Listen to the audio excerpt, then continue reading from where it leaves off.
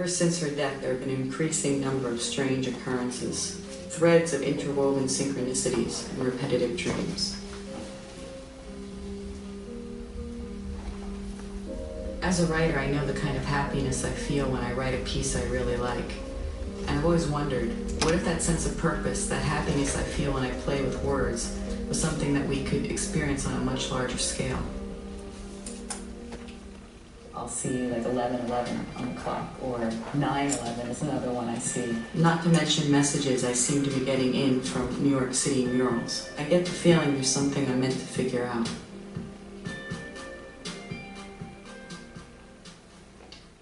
The idea of time actually being art struck a powerful chord. If time can be measured by what we create together, instead of by what we charge for rent, or what we make according to our salary, per hour and per month, then it's possible the entire world could shift from revolving around money to revolving around creation. So all the mental suffering that people have is almost always connected to projections about the future or stuff that they're just caught or stuck in from the past.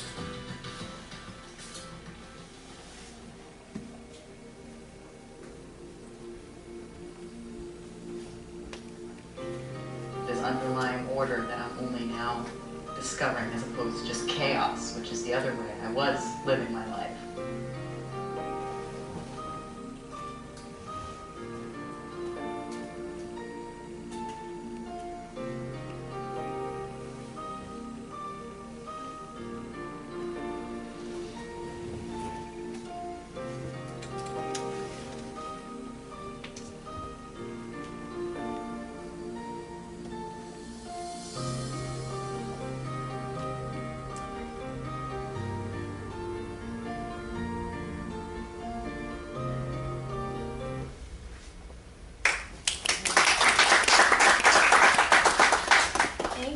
Thank you. My throat's a little sore. I don't know if we have a microphone still. Yes, we're okay. Or can you hear me? Yeah. Okay, great. Oh wow, I'm like really excited to be here and kind of nervous. I like really love talking about this film and my story and my journey, and sometimes my own emotions prevent me from doing it. Actually, I've turned down speaking opportunities actually before in the past because I was just like, oh, you know, I'm often get self-conscious about sharing my story because it is actually a really emotional thing for me. But I'm really grateful to Jenny for inspiring me to come out here, and just because of what she's doing, I believe in what she's doing, and it's so important. I'm a communicator. That's the irony of it. But I'm used to being behind the camera and letting other people tell their stories. Thank you. Is this working? Yeah, we're going to turn it down a little bit for the echo. Okay, actually, if it's certain echo, I'll just speak. Thank you. So I'm also going to use my phone as like a notepad. But one of the things I wanted to share is, so this film is an independent project that I've been working on with friends for the last couple of years, but I've had a career of like 12 years working in film and television as a TV producer. And I had the benefit of having parents that grew up in a foreign country, came here to live the American dream and go for what they wanted, and we moved every year of our life. They were trying different jobs. We went to school, and they were always telling me like, follow your dream, follow your dream. So from an early age, I had the encouragement to like to really go to art school, go to film school, and really pursue my passions.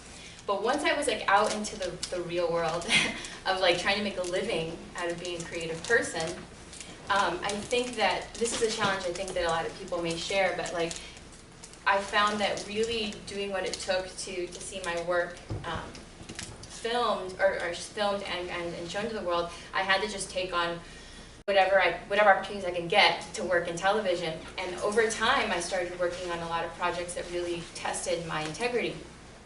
And even in National Geographic, I found myself really overwhelmed and overworked with using my talents to project messages that I wasn't exactly 100% for. One of the last documentaries I did for National Geographic was called Doomsday Preppers. I don't know if anybody's ever heard of it or seen it. But you know, I came on board thinking, oh great, we're gonna get to tell stories of people that are like, you know, living sustainably and changing the world, and then we ended up, you know, telling stories of people that thought the world was gonna end, and they needed to live out of bunkers in order to survive. And the whole time I was working on that, I was just thinking to myself, this is not the only alternative, this is not the only way. And I know there are people out there like Saron and a lot of the other speakers here that are actually looking for alternative solutions, and why aren't they being given a voice on a show like National Geographic? Like, why aren't we seeing more of that projected into the world? And I remember being just frustrated, like, I got into this business to like tell positive stories and inspire people. Like, I didn't do this to just like entertain, you know, or exploit. So I remember like, I was staying up late at night, till like 3 in the morning, working on a deadline, and just feeling just kind of the overwhelm of this. And one of the things I want to speak towards synchronicity is that that's honestly like what I would say like saved my life or saved my path in this industry. And that is, I was sitting there and something like there was a technical problem on the editing system, and I was like, oh, I can't, you know, I was forced to take a break. I walked outside, and at that exact same moment, this woman was walking by. And she had this big smile on her face. I'm like, what is she smiling about? It's 3 in the morning, and we're like, you know, working late at night in this like cave office. But she just looked happy, and so I was like, oh, hey, why are you smiling? I actually asked her, like, why so happy? And I'd never spoken to her in the entire time that we'd been working in the same building. And she's like, this is my last day, and I'm on my way to Peru to work on a documentary about permaculture. And she started, from this point on, she started talking to me about all the things she's been working on. And we, you know, it's 3 in the morning, we ended up speaking for 3 hours.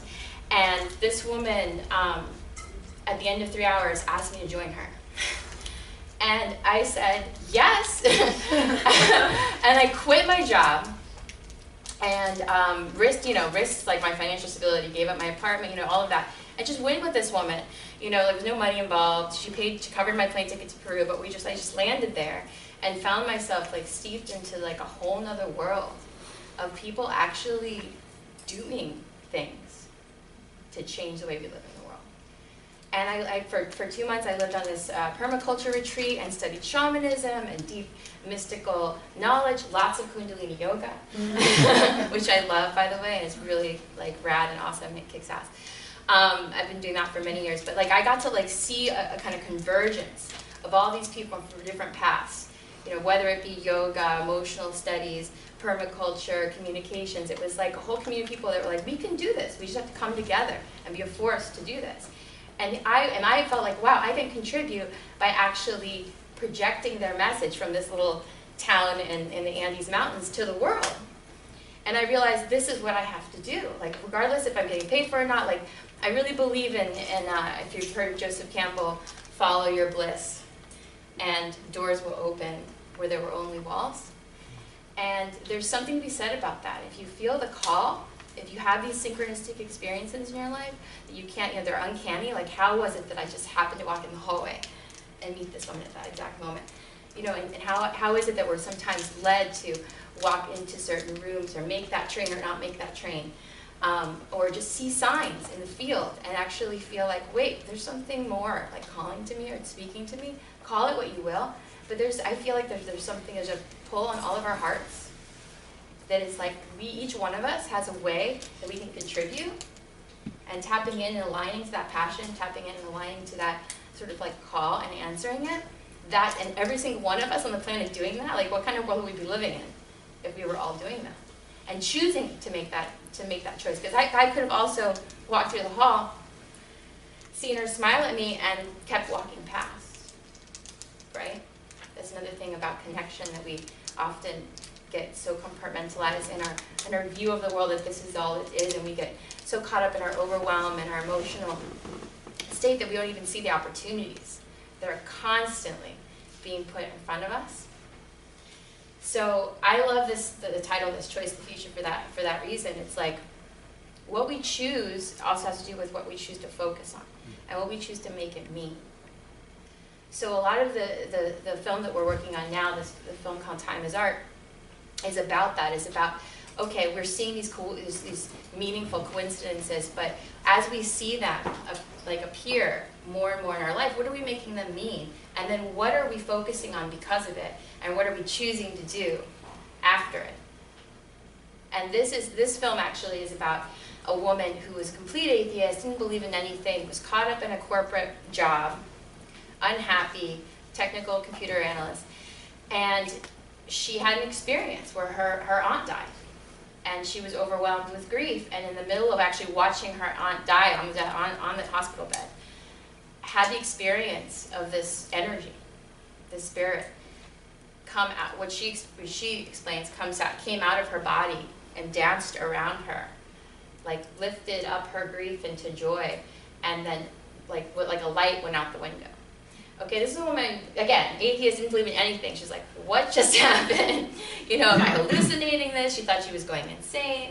So the film is about her journey, in a way, kind of all of our journeys of like explaining like what is our place in the world and what is calling us to action. And I'm really passionate about telling this story because I feel that in our own way, we're all kind of walking that path. And since then, I feel like my life has become a life of trust, of leaping and knowing that the net will appear.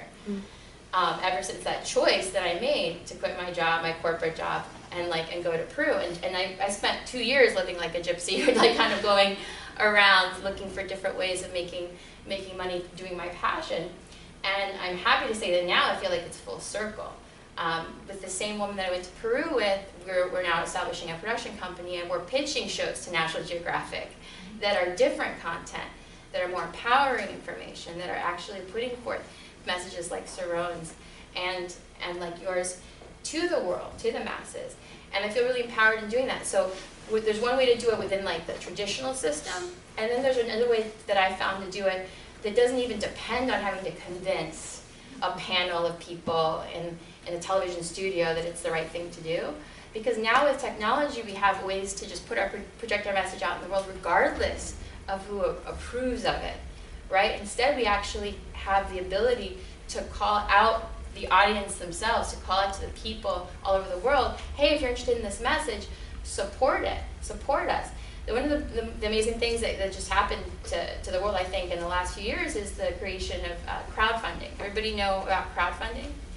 Kickstarter, Indiegogo, a lot of this platform now of raising money, and I feel like yours should be a Kickstarter, but is really just being able to like communicate your inspired story, your powerful message to other people, and synchronistically, I believe, they'll find it. You put it out there and they'll find it.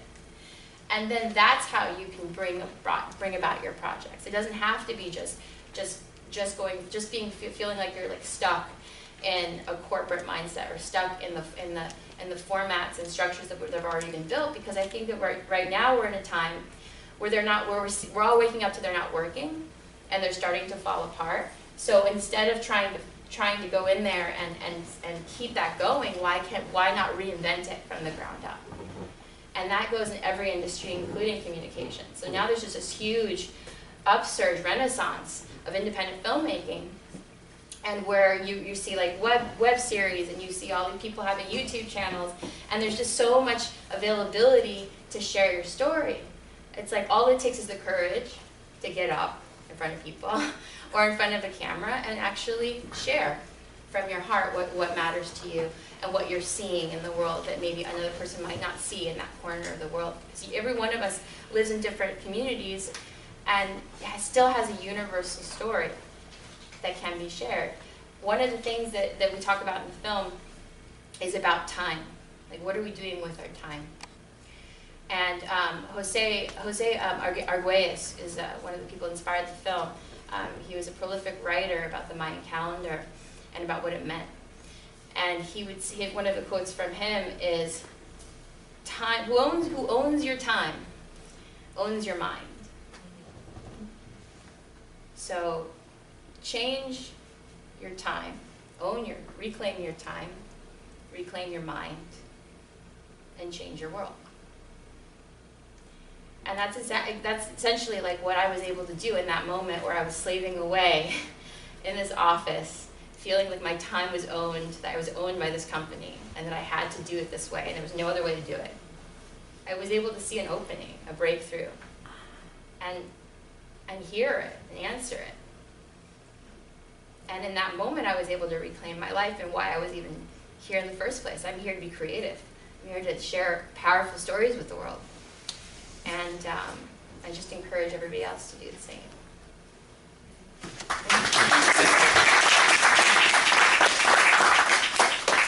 So, any questions for Maia? Who are you? You have some speakers in your film, or some? Yeah, thank you. We have thank I didn't even get Famous thinkers. Yeah, I didn't even think I didn't even get into that. So one of the amazing things that's happened by leaping and waiting for the net to appear is making this film has been a labor of love for 2 years with good friends of mine. And we didn't have any money going into it. We had some equipment. We just kind of like made it work like film school style, even though we were all professionals. And what happened recently is that we were approached by this symposium it's happening in Joshua Tree. And it's the first of its kind. It's called Synchronicity, Matter and Psyche. And it's actually drawing together the most prolific, well-known speakers and scholars from around the world. Graham Hancock, Daniel Pinchbeck, Rupert Sheldrake, Rick Tarnas, all these people who have written on the phenomenon of awakening consciousness and how synchronicity is playing a role in it. And also tying into what Jose Arguelles said, that we are in a time now where we're sort of life itself there's a movement in all of life that wants to return to harmony, wants to return to being in sync with nature and not outside of nature or where we're trying to control it. And so the film really gets in, sort of takes the esoteric route, but also talks about our individual journeys to being back in sync with ourselves, in sync with nature, and what that would look like individually and in the world. And luckily we have these amazing speakers that we're going to be interviewing in September.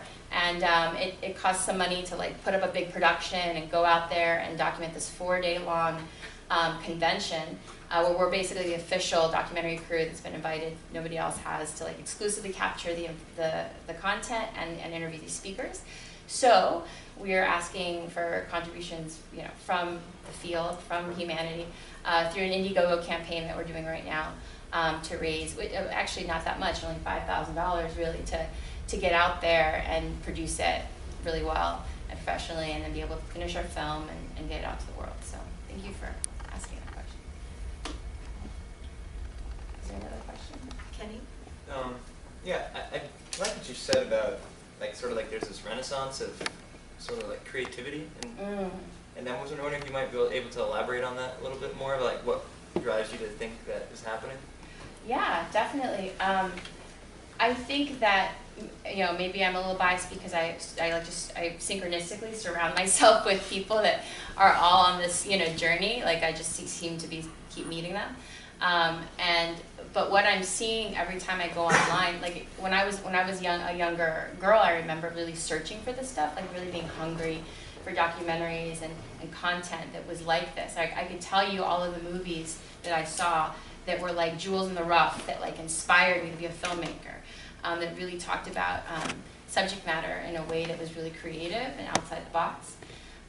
And now I don't have to search for these things like a needle in the haystack. You throw a stone, you're gonna hit like a filmmaker that's like a conscious filmmaker these days. Seriously, it's online. It's like a huge amount of content, and it's available for people, and for free, a lot of it. And I think that that's really exciting to be a part of that. And it's inspired me. Actually, I didn't talk about this, but I'll just say really quickly that I'm also forming a filmmaker collective of a group of people that are all doing films of this nature or media of this nature, where we're going to come together as community, support each other, work on each other's films, like find ways to like get our films out into the world more and more. And as I'm reaching out, like throwing the net, I'm finding so many people, just so many like-minded people that are doing this and feeling empowered to do it. And so for me, it does feel like that. It feels like, yes, we're part of a wave of change. And the more that this message gets out in the world, the more people know, are empowered by the tools, the knowledge to actually make the changes that we need to make. Otherwise, knowledge is power. We don't know what to do unless we're shown the way. And there are people working on solutions and have them in hand. We just all have to come together to support them.